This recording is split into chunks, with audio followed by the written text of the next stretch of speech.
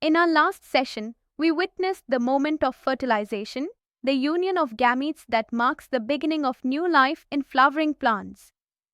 But what happens next? Today, we explore the remarkable journey after fertilization. As the zygote develops into an embryo, the central cell forms the endosperm, and the ovule transforms into a seed.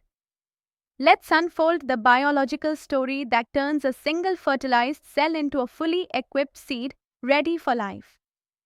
So, fertilization is complete, two gametes have fused, life has begun. But have you ever wondered what unfolds next?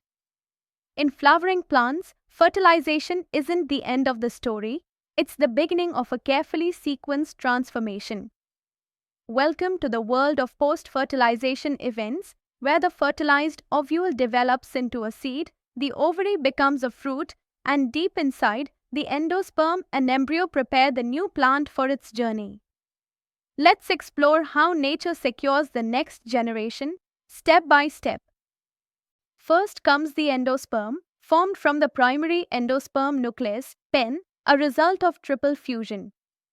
The pen divides repeatedly to form a tissue packed with reserve food. This tissue provides nutrition to the developing embryo.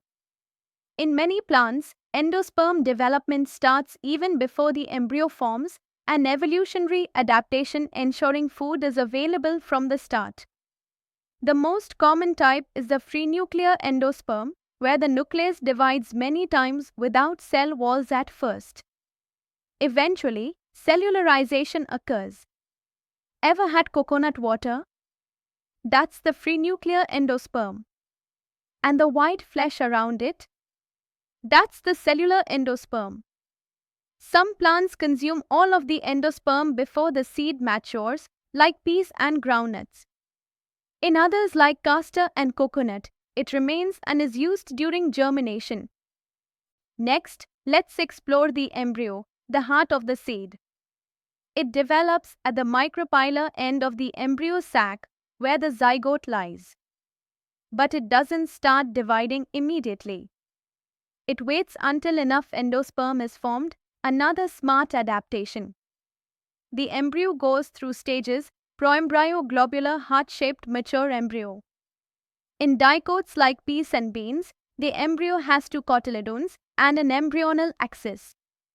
The part above the cotyledons is the epicotyl, ending in the plumule, future shoot. Below is the hypocotyl, ending in the radicle, future root, protected by a root cap. In monocots like MAJ, there's only one cotyledon, called the scutellum, positioned to the side. Here, the radicle is covered by a coleorhiza, and the epicotyl is protected by a sheath called the coleoptile. The seed is the final product of sexual reproduction, a fertilized, matured ovule. It contains everything the future plant needs to get started. A seed consists of a seed coat from the integuments, one or two cotyledons, an embryo axis with the embryonic root and shoot. Depending on how the endosperm develops, seeds can be non-albuminous endosperm is fully consumed, example pea, groundnut. Albuminous endosperm is partially retained, example MAJ, castor. Sometimes, even parts of the nucellus persist, called perisperm, example in black pepper and beet.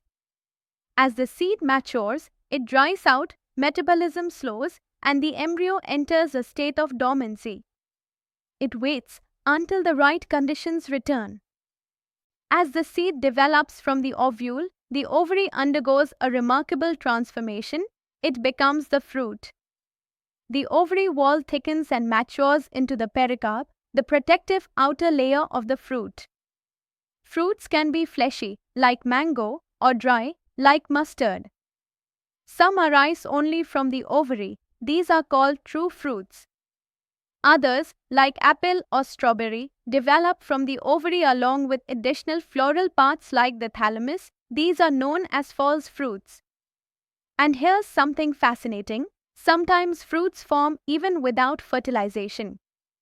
This is called parthenocarpy, seen in bananas. These seedless fruits are often induced using plant hormones for commercial purposes. Let's take a moment to reflect on what we've uncovered. First, the endosperm forms nature's built-in nourishment system. Then comes the embryo, a miniature version of the future plant. The ovule matures into a seed, while the ovary transforms into a fruit. But this is more than just development, it's a masterclass in survival. Seeds offer protection, the power of dormancy, and the gift of dispersal. They allow plants to endure drought, travel across distances, and awaken only when conditions are right. And to think, it all begins with a single act of fertilization, growing into the miracle we simply call a seed.